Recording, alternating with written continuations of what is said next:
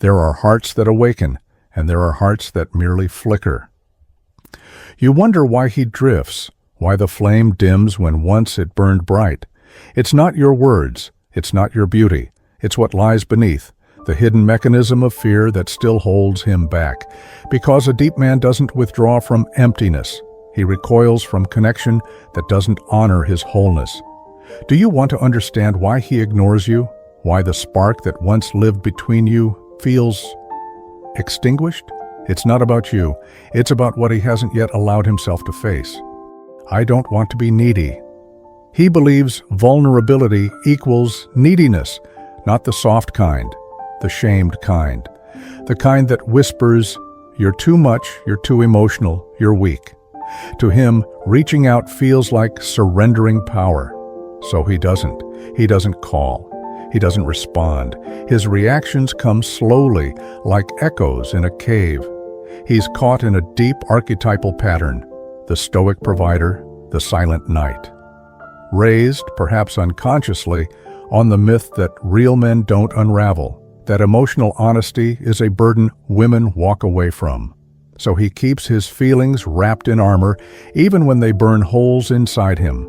But inside, he longs. God, how he longs. Not for rescue, not for pity, but for a hand that reaches not to take, but to touch. A presence that says without words, "You don't have to perform here. I see you, in all your chaos and calm, your strength and hesitation. You don't have to earn me." When he ignores you, it's not just a test of patience, it's a quiet plea. Can you stay in the silence with me? Can you sit beside the fortress without trying to break it down? He's not waiting to be chased. He's waiting to see if your stillness can speak louder than your fear. Because the man who fears vulnerability isn't looking for noise. He's looking for proof that love can be soft enough not to scare him, and strong enough to hold him when he vanishes. What if I get hurt again? Behind that flicker of indifference lies a wounded soul. Past betrayals haunt him, ghosts of loss, disillusionment. Your loving gesture might trigger echoes of the past. So he retreats preemptively, protecting himself from imaginary pain. He whispers to himself, "Better to pull away now than to fall apart later." If you truly want him to re-emerge, don't chase the words. Watch the space he leaves. This distance is not rejection, it is armor. Do I even deserve closeness? He wrestles with self-worth. To open means to accept he is lovable, and sometimes his shadow says he's not. So he hides, thinking, avoidance spares you the disappointment of getting close, only to vanish again. When he pulls away, it isn't indifference, it's self-sabotage. He quietly asks, "Could I ever be enough?" Your invitation, the small glance, the gentle gesture, speaks louder than reassurance. You honor his right to be seen without demanding explanation. I can't trust my emotions. Emotion is a galaxy he's never learned to navigate. He senses the pull, but he doesn't know how to steer. So he steps back, confusing retreat with control. In his mind, he's saying, better to hide than to crash.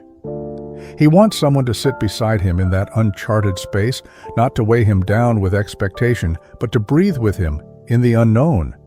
When he ignores you, he's not rejecting your love. He's trying to master his own tempest. What's safe? He looks for walls, not flags. He scans for risk, sudden words, emotional leaps, unannounced intensity. So he flickers away when things move too fast. Not because he doesn't care, but because he desperately hopes someone will say, it's okay to be slow.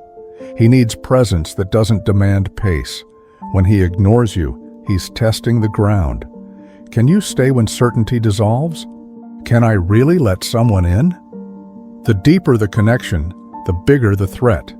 To stay near you is to stand on the edge of the abyss of intimacy, disorientation, of trust. So he backs off, building invisible walls, not because he wants a life of solitude, but because he fears he'll never leave it.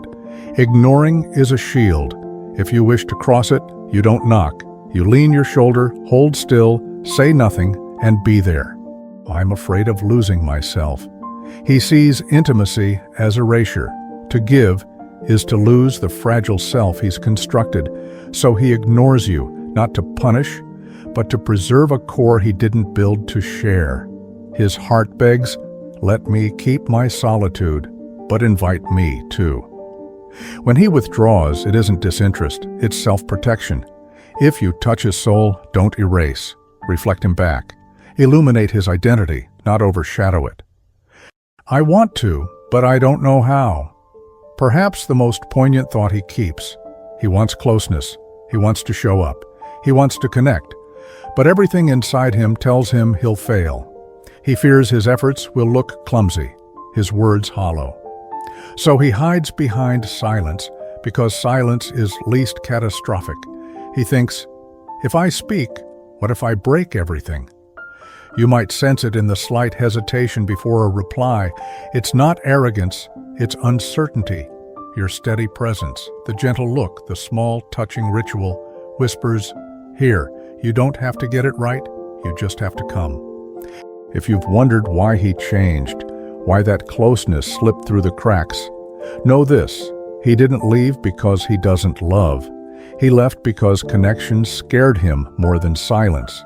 He ignores not because he's deleting you, but because his unresolved fears whisper, "What if I disappear in closeness?" He desperately wants someone who can say, "I'll wait at the edge of your self-preservation. I won't cross, I'll be here." There is no formula, no script. There is only presence, your presence. So how do you touch what remains untouched? How do you respond when he pulls away? 1. Broaden your focus. Don't obsess over missed texts. Sense the gap he's creating inside himself. 2. Mirror calmness. When he goes quiet, don't chase. Lean into silence. Say nothing. Be there. 3.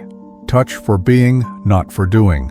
A hand on his lower back as he passes, a brush to his arm in a conversation. 4. Speak soft permission. It's okay to come forward when you're ready. 5. Resist the narrative. Don't define his withdrawal. Resist telling yourself he doesn't care. 6. Invite through steadiness. Don't reward retreat with anxiety. Show him you can hold your own calm. If he sees your unshakable presence, not your fear, that mirrors back the message, "I'm not going anywhere. Neither are you." Because a man wired for avoidance isn't healed by chasing. He's healed by witnessing. And usually, deepness grows in that space. If this stirred something in you, leave a comment with 4 words. "I honor depth today." Leave your country next to it, because maybe there's someone out there who needs to hear it too. This isn't about tricks or instant wins. It's about honoring your dignity and the dignity of someone who's learned to remove himself.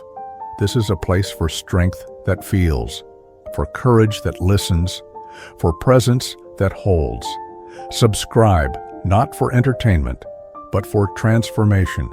Because on this channel, we don't just chase feeling, we learn to be feeling.